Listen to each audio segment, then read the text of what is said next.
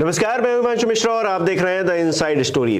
तो अब social media पर कुछ भी लिखने से, कुछ भी बोलने से पहले आप सावधान हो जाइए, क्योंकि भारत सरकार एक ऐसा कानून लेकर आई है जिसके तहत फैक्ट चेक होंगे। जी हां, एक फैक्ट चेक यूनिट का गठन किया गया है।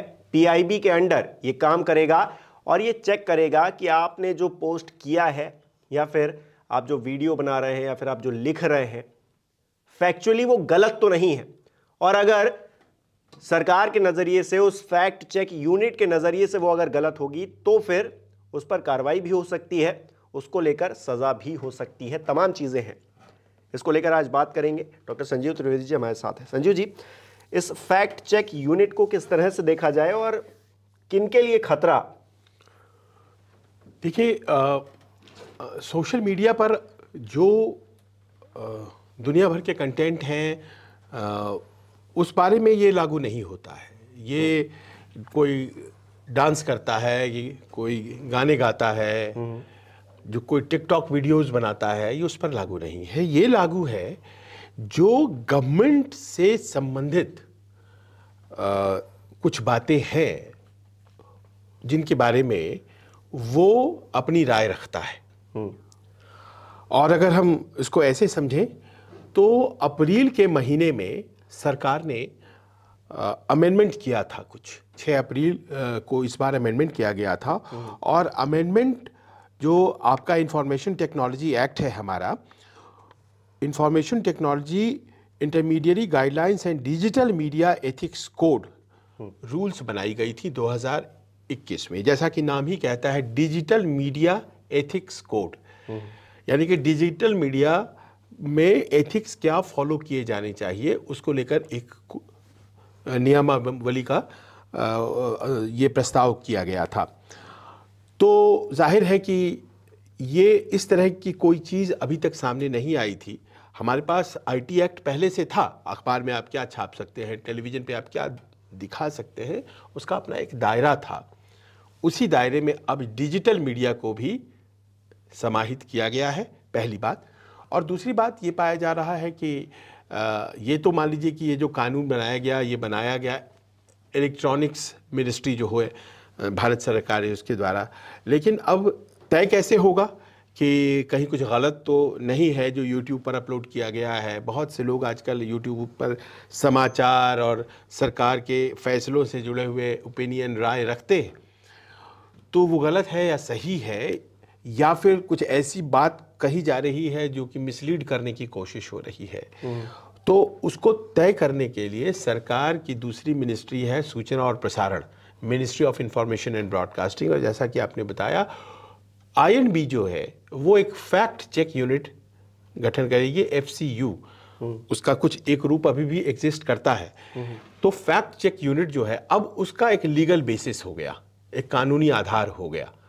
और वो फैक्ट चेक यूनिट जो है वो यूट्यूब और डिजिटल प्लेटफॉर्म जैसे इंस्टाग्राम है या ट्विटर है या फेसबुक है, इन सबों पर कुछ भी लिखा गया है सरकार से, उनके फैसलों से, पीएसयूज से, विभिन्न विभाग जो हैं सरकार के, उससे जुड़े हुए फैसलों को लेकर के लिखा गया है, तो उसका फैक्ट चेक करेगी। यानी कि जो क्रिटिसिज्म करने वाले लोग हैं वो पहले सावधान हो जाएं, क्योंकि अगर उन्होंने कुछ भी गलत या फिर सरकार के नज़रिए से अगर गलत लिखा तो फिर दिक्कत में आ सकते हैं वो। हाँ, ये जो आपने लाइन कही कि सरकार के नज़रिए से गलत, सरकार के नज़रिए से अगर आपने कुछ मिसलीडिंग बात कही है, अगर सरकार उस फैक्ट चेक यूनिट के आकलन के बाद ये पाती है कि जो बात आप कह रहे हैं, हम लोग जैसे बात करते हैं या हम लोग की तरह बहुत से लोग बात करते हैं, बिल्कुल, तो उसमें कुछ ऐसी बातें कही जा रही हैं जो कि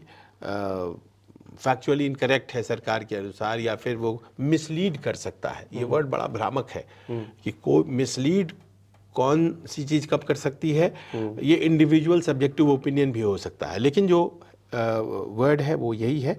तो फिर लीगल एक्शन के लिए वो व्यक्ति जो होता है वो प्रार्थी हो जाता है और लीगल एक्शन उस पर हो सकता है।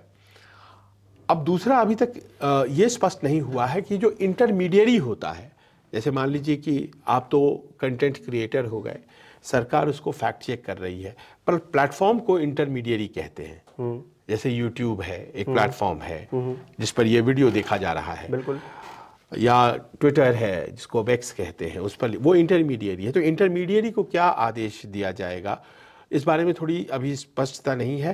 कुछ क्या दिन पहले तुरंत हटा लिया जाएगा? एक तो ऑप्शन ये हो जाता है कि आप इसको टेक डाउन कर लीजिए, या फिर हो सकता है कि उसके ऊपर फेक लिख दिया जाए, एक एम्बॉसिंग हो जाए और फेक उसके ऊपर सरकार के द्वारा लिख दिया जाए। क्या होगा अभी देखा जाना बाकी है। पीआईबी में अभी एक फैक्ट चेक यूनिट है, वो फेक करके देती है, और जाहिर है जब वो दे देती है तो सबको लग जाता है कि ये देखने लायक कंटेंट नहीं है। पर अब इस सारी बहस का मतलब ये हुआ हिमांशु के अभी तक ये जो डिजिटल स्पेस था, ये सरकारी नियमावली से थोड़ा दूर था। जाहिर है इस पर भी आप बहुत कुछ लिबर्टी नहीं ले सकते हैं, बिल्कुल, और उसके अपने नियम होते ही होते हैं। कई बार कई वीडियोस को टेक डाउन किया जाता है, लेकिन अब उसे सरकारी नियमावली के दायरे में ला दिया। उसे कंट्रोल करना इसलिए भी ज़रूरी है। आप देखिए कहीं पे भी अगर कर्फ्यू की सिचुएशन बनती है, कुछ ऐसी सिचुएशन बनती है, तो गवर्नमेंट सबसे पहले इंटरनेट बैन करती है। और इंटरनेट बैन करने के पीछे सबसे बड़ा रीज़न यही होता है कि सोशल मीडिया पर चीज़ें इधर से उधर गलत ना फैले। अब देखिए कश्मीर में कितने मतलब इंटरनेट का क्या हाल है और किस तरह कितने लंबे वक्त तक वहाँ पर बैन लगा। तो ज़रूरी तो है, लेकिन क्योंकि stand up comedian Kunal Kamra वो सुप्रीम कोर्ट भी पहुंचे इस मामले को लेकर। बॉम्बे हाई कोर्ट ने उनकी जो याचिका थी उसे 11 मार्च को रिजेक्ट कर दिया, जिसके बाद वो अब पहुंचे हैं सुप्रीम कोर्ट। हाँ, उनका ये कहना है कि इस मामले पर जब तक अंतिम निर्णय नहीं हो जाता है तब तक इसका जो FCU बनाया गया है उसके गठन पर रोक लगाई जाए।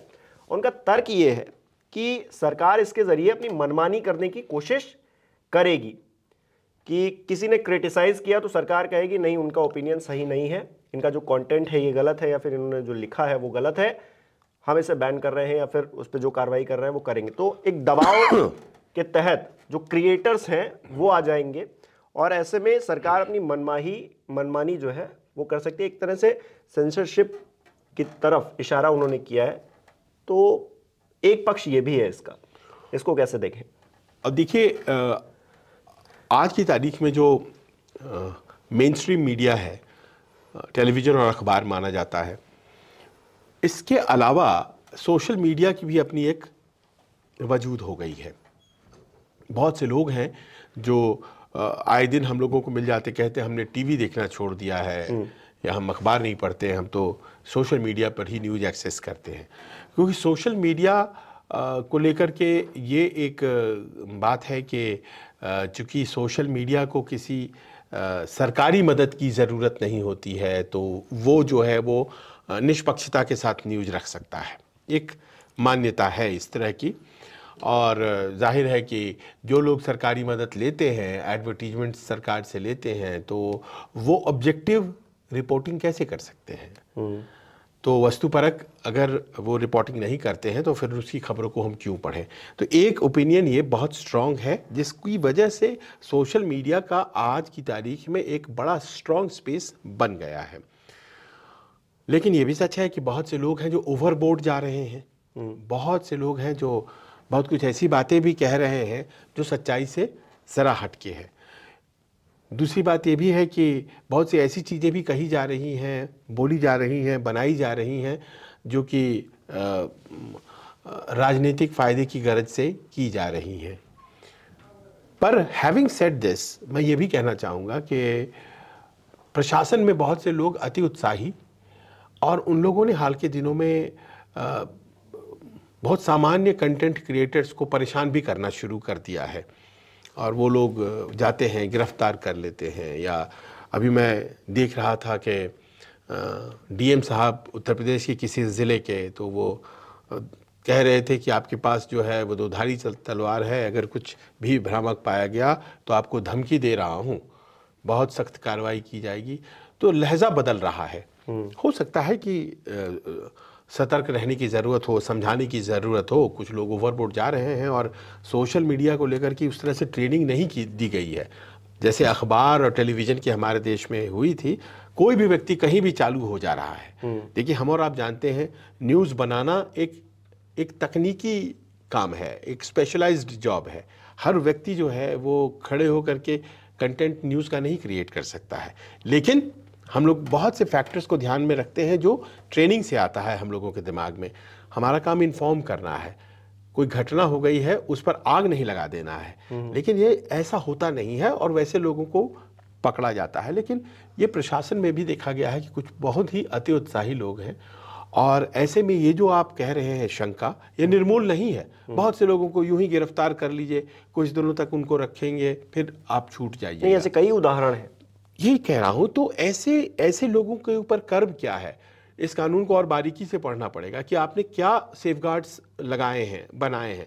वरना कहीं का भी पुलिस कप्तान, कहीं का भी जिला मजिस्ट्रेट, और वो तो छोड़ दीजिए, जो थाने का एसएचओ होगा उसके पास ये अख्तियार आ जाएगा क्या कि वो किसी को भी किसी बात पर पकड़ ले।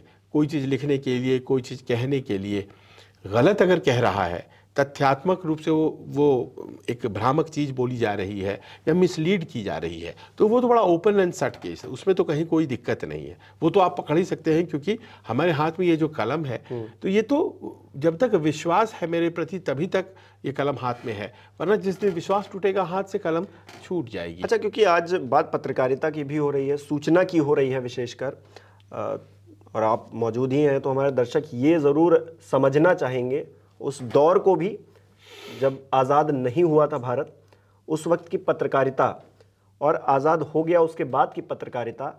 एक इंदिरा गांधी का दौर भी आया, इमरजेंसी का दौर भी आया, उस टाइम की पत्रकारिता, और 2014 के बाद पत्रकारिता जो बदली है, जैसे लोग कहते हैं कि आजकल के पत्रकार तो मतलब तमाम तरह की संज्ञाएं दी जाती हैं पत्रकारों को।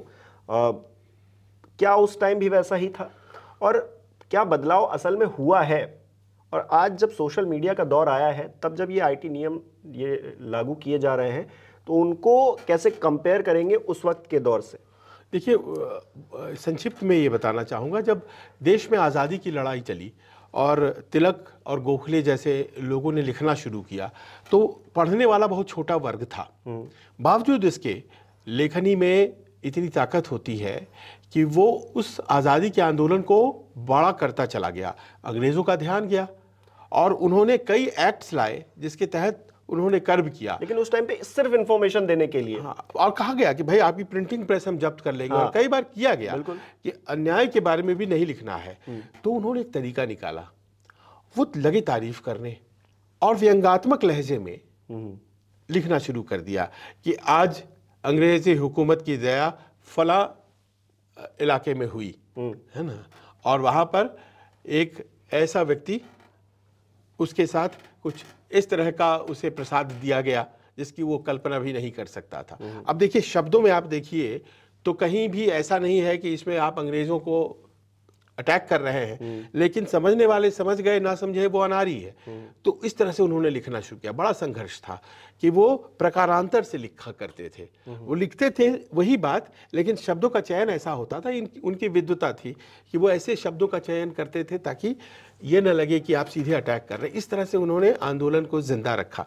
धीरे धीरे आज़ादी के संग्राम में हम लोगों को प्रेस फ्रीडम थोड़ा ज़्यादा बढ़ता गया, और उसके बाद आज़ादी के हासिल होते होते तो खुलकर के अंग्रेज़ों के बारे में लिखा जा रहा था।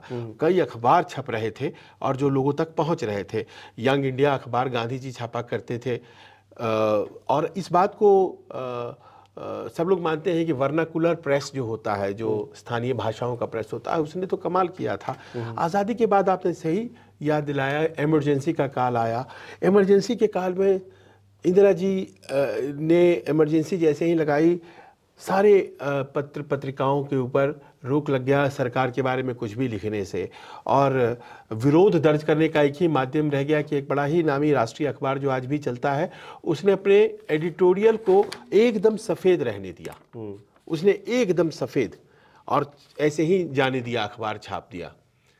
कुछ वक्त पहले ऑस्ट्रेलिया में भी अभी इसी तरह से आप लिख नहीं सकते हैं, लेकिन आपने प्रतीकात्मक तरीके से किस तरह से किया कि ये, और कुछ लोग जो थे एकदम झुक गए, और वो उस वक़्त की जो इंदिरा जी की सरकार थी एकदम उनके फेवर में लिखना शुरू किए।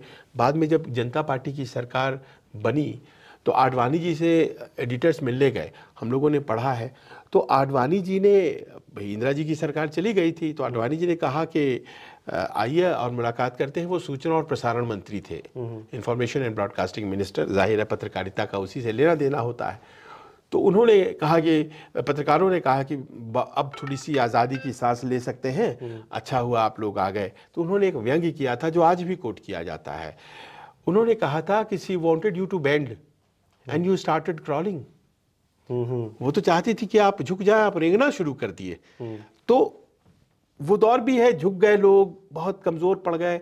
अब मान लीजिए कि उसके बाद का काल है। देखिए, हर सरकार चाहती है कि उसके बारे में अच्छा ही लिखा जाए, और पत्रकारिता जो है वो हमेशा ये कोशिश करती है कि फैक्चुअल चीज़ों को रखा जाए। पत्रकारिता की दिक्कत क्या है कि वो हमेशा सरकार का जो फंडेड बॉडी होता है तो वो सरकार की बात ही करेगा। जैसे किसी भी देश में अगर वो सरकार के द्वारा फंडेड है तो वो तो सरकार की ही बात करेगा। तो अगर प्राइवेट बॉडीज़ हैं वही लिख सकती हैं हकीकत को, लेकिन अब प्राइवेट बॉडीज के भी केवल पत्रकारिता इंटरेस्ट रहे तो ना। अब तो हर प्राइवेट कंपनी की कई और इंटरेस्ट्स होती हैं, बिल्कुल, जर्नलिज्म के अलावा। तो वो प्रभावित ना हो जाए, उस कारण से ये प्रभावित होता है। तो सामने आ गया आपका ये सोशल मीडिया। उसके लिए तर्क दिया जाता है ना कि हम एम्प्लॉयज रखेंगे, उनको सैलरी कहाँ से देंगे? अगर असली पत्रकारिता करने पे आ जाएंगे तो जो कि बहुत गलत भी नहीं है, जो कि बहुत गलत भी नहीं है। फिर सोशल मीडिया आ गया।